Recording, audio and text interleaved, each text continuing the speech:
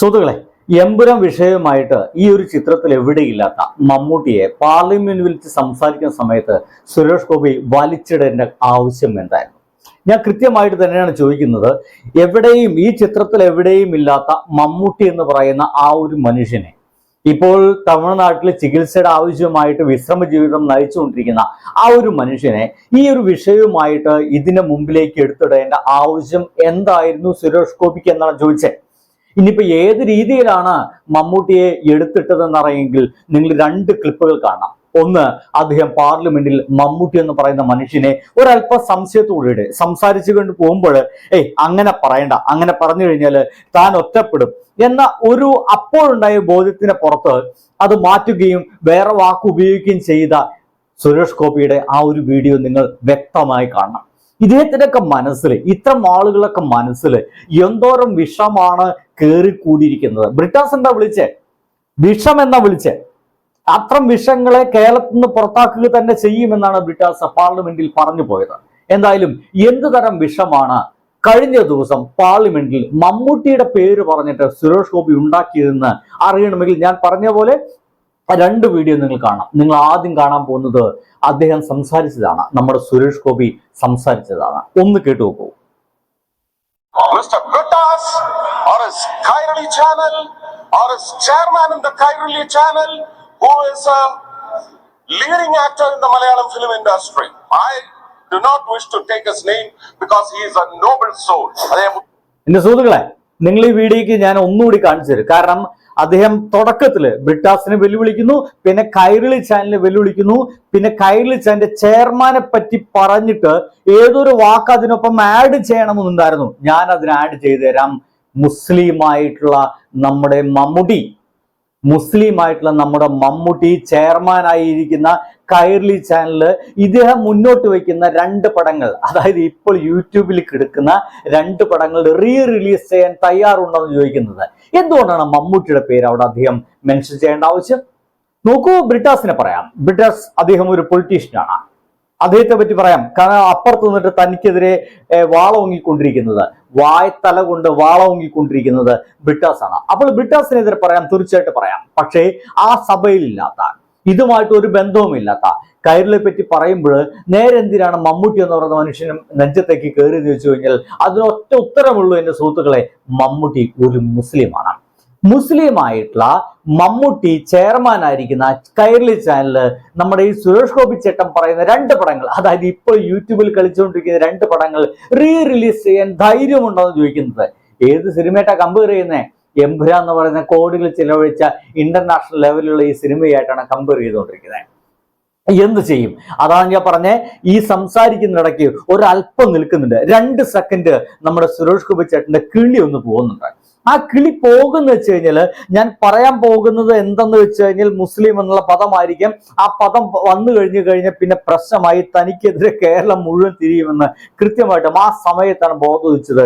പെട്ടെന്ന് മാറ്റുന്നു. ഞാൻ അദ്ദേഹത്തിന്റെ പേര് പറയില്ല. He is a noble person, he is a noble man. Who's that? Mammukka ഒരു നോബിൾ പേഴ്സൺ ആണ്. എന്തായാലും ആ മാന്യനായ വ്യക്തിയുടെ ഞാൻ പേര് പറയില്ല. പക്ഷെ അദ്ദേഹത്തിനടക്കം ധൈര്യമുണ്ടോ എന്ന് ചോദിക്കുന്നത്, ഗഡ്സ് ഉണ്ടോ എന്ന് ചോദിക്കുന്നത്. ആരോട്? മമ്മൂക്കയോടും ഒപ്പം തന്നെ നമ്മുടെ ബ്രിട്ടാസിനോടും. മമ്മൂക്കയോടൊക്കെ ഗഡ്സ് ഉണ്ടോ എന്ന് ചോദിക്കേണ്ട ആവശ്യം എന്താ? മമ്മൂക്കയും ഇടതുപക്ഷവും ഈ ഒരു സിനിമയുമായിട്ട് എന്താ ബന്ധം? അല്ലെങ്കിൽ എന്താണ് പ്രശ്നം? അപ്പൊ ഈ വിഷയമായിട്ട് ഒത്തുമേ ചേരാത്ത, ഒരു തരത്തിലും ബന്ധപ്പെടാത്ത മമ്മൂട്ടി എന്ന് പറയുന്ന മനുഷ്യനോട് പോലും ഗഡ്സ് ഉണ്ടോ എന്ന് ചോദിച്ചിട്ട് വെല്ലുവിളിക്കേണ്ട ആവശ്യം എന്തായിരുന്നു? നിങ്ങൾ ഒന്നുകൂടി കേട്ടുള്ള, അപ്പോൾ നിങ്ങൾക്ക് അദ്ദേഹത്തിന്റെ ആ മുഖഭാവം മനസ്സിലാക്കാൻ സാധിക്കും. നിങ്ങൾ സൂക്ഷിച്ച് കണ്ടെക്കണം. Mr. Brittas or his Kairali channel or his chairman in the Kairali channel who is അവിടെയാണ് നിന്നത് സുഹൃത്തുക്കളെ, അവിടെയാണ് അടുത്ത വാക്ക് എന്ത് പറയണമെന്നറിയാതെ അദ്ദേഹം ആകെ കുടുങ്ങിപ്പോയത്. പിന്നെ പറയുന്നു ഈസ് എ ഗംഭീര ആക്ടറാണ്, പിന്നെ അദ്ദേഹം നോബിൾ പേഴ്സൺ ആണ്. നോക്കിക്കോളൂ. leading actor in the Malayalam film industry. I do not wish to take his name because he is a noble soul. എങ്ങനെയുണ്ട്?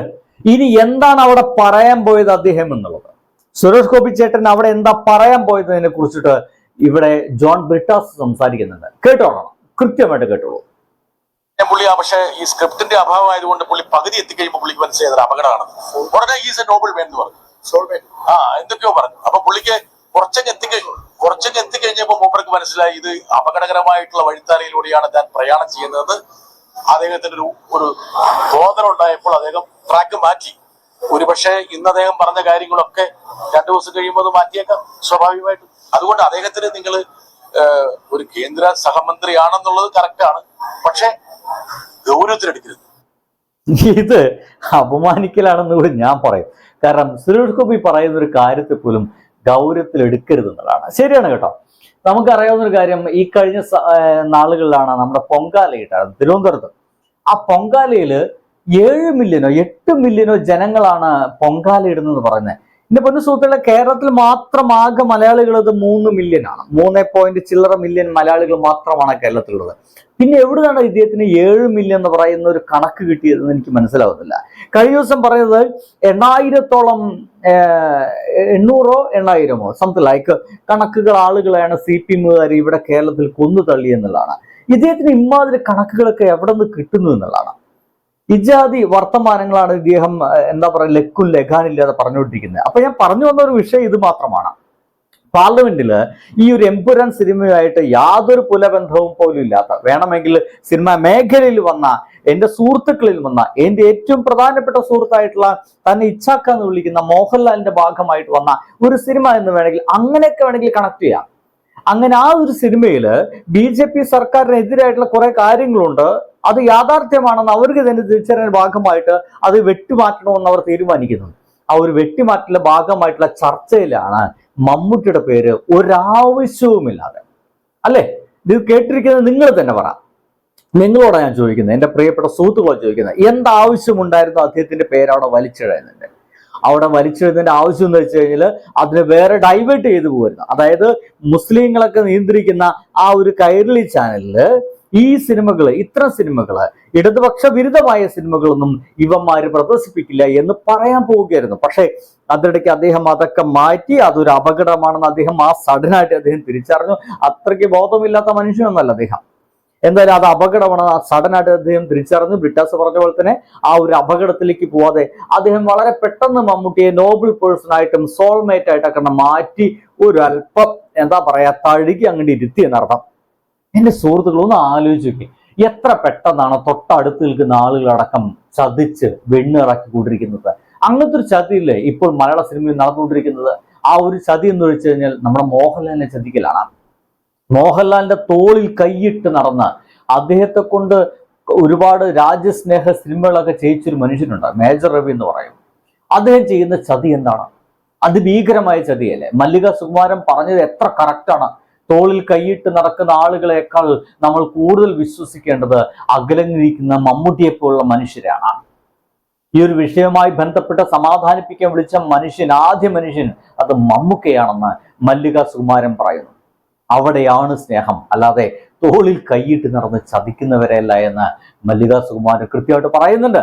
നോക്ക്, തോളിൽ കേട്ടടക്കുന്ന എത്ര ദൃശ്യമുണ്ടെന്ന്. ആ സിനിമ കഴിഞ്ഞു വരുമ്പോൾ മോഹൻലാലിനെ കെട്ടിപ്പിടിച്ച് ഉമ്മച്ച് what a great fantastic film എന്നൊക്കെ പറഞ്ഞ് തള്ളിക്കൊണ്ടുപോയ മനുഷ്യൻ 2 ദിവസം കഴിഞ്ഞപ്പോൾ പ്ലേറ്റ് അങ്ങോട്ട് മാറ്റി. ആരാണ് ആ പ്ലേറ്റ് മാറ്റുന്നത്? പുറകിൽ പ്രവർത്തിച്ചത്. എന്തിനു വേണ്ടിയിട്ട് പ്ലേറ്റ് മാറ്റി? ഇപ്പോഴെന്താ പറയുന്നത്? ഈ സിനിമയിൽ രാജ്യവിരുദ്ധമായ കാര്യങ്ങളുണ്ട്. എങ്ങനെയാണ് ഒരു സിനിമ രാജ്യവിരുദ്ധമാവുന്നത്? ഈ രാജ്യത്തിനെ എതിർക്കുന്ന രീതിയിൽ, ഈ രാജ്യത്തിന്റെ നീതിന്യായ വ്യവസ്ഥയെ തകർക്കുന്ന രീതിയിൽ ഏതെങ്കിലും സംഗതികൾ അതിലുണ്ടോ? ഇല്ല. എന്നാൽ അതേസമയം ഇപ്പോൾ നമ്മുടെ രാജ്യം ഭരിച്ചുകൊണ്ടിരിക്കുന്ന രാഷ്ട്രീയ പാർട്ടി കുറെ കാലങ്ങൾക്ക് മുമ്പ് ചെയ്ത ഗുജറാത്തിൽ ചെയ്ത ഒരു നരഹത്യയെക്കുറിച്ച് അതിൽ പരാമർശിക്കുന്നുണ്ട്. അതെങ്ങനെയാണ് ഒരു രാഷ്ട്രീയ പാർട്ടി ചെയ്ത, ഒരു സംഘടന ചെയ്ത വിഷയം, ഒരു വലിയ കൊലപാതകങ്ങൾ, അതെങ്ങനെയാണ് അത് ഒരു സിനിമയിൽ കാണിക്കുമ്പോൾ എങ്ങനെയാണത് രാജ്യവിരുദ്ധ സിനിമയായി മാറുന്നത്? ഇങ്ങനെ ഒരു ചോദ്യം ചോദിക്കാൻ ഒരുത്തം പോലും അവിടെ ക്യാമറയിൽ തൂക്കിപ്പിടിച്ച് നടക്കുന്നവന്മാരിൽ ഉണ്ടായില്ല എന്നുള്ളതാണ് നമ്മളെ രാജ്യം ഇപ്പോൾ അഭിമുഖീകരിക്കുന്ന ഒരു പത്രപ്രവർത്തനവുമായി ബന്ധപ്പെട്ട ഒരു വലിയ ഇഷ്യൂ ഉണ്ട്. എനിക്കങ്ങനെ തോന്നിപ്പോകുന്നുണ്ട്. എന്നാൽ സുഹൃത്തുക്കളെ, നിങ്ങൾ അറിവിലേക്കും മറ്റുമായിട്ട് ഞാൻ ഇത് സമർപ്പിക്കുന്ന ഒപ്പം തന്നെ അടുത്തായിട്ട് എനിക്ക് പറയാനുള്ളത് മേജർ രവി എന്ന് പറയുന്ന ഒരു മനുഷ്യൻ ചെയ്തു പോകുന്ന മഹാചതിയെക്കുറിച്ചാണ്. അദ്ദേഹം വൈകാതെ ആ ഒരു ചതിയെക്കുറിച്ചുള്ള വാർത്ത നിങ്ങളുടെ മുമ്പിലേക്ക് ഞാൻ തന്നെ എത്തിക്കുന്നതായിരിക്കും. അപ്പൊ സുഹൃത്തുക്കളെ, ബൈ.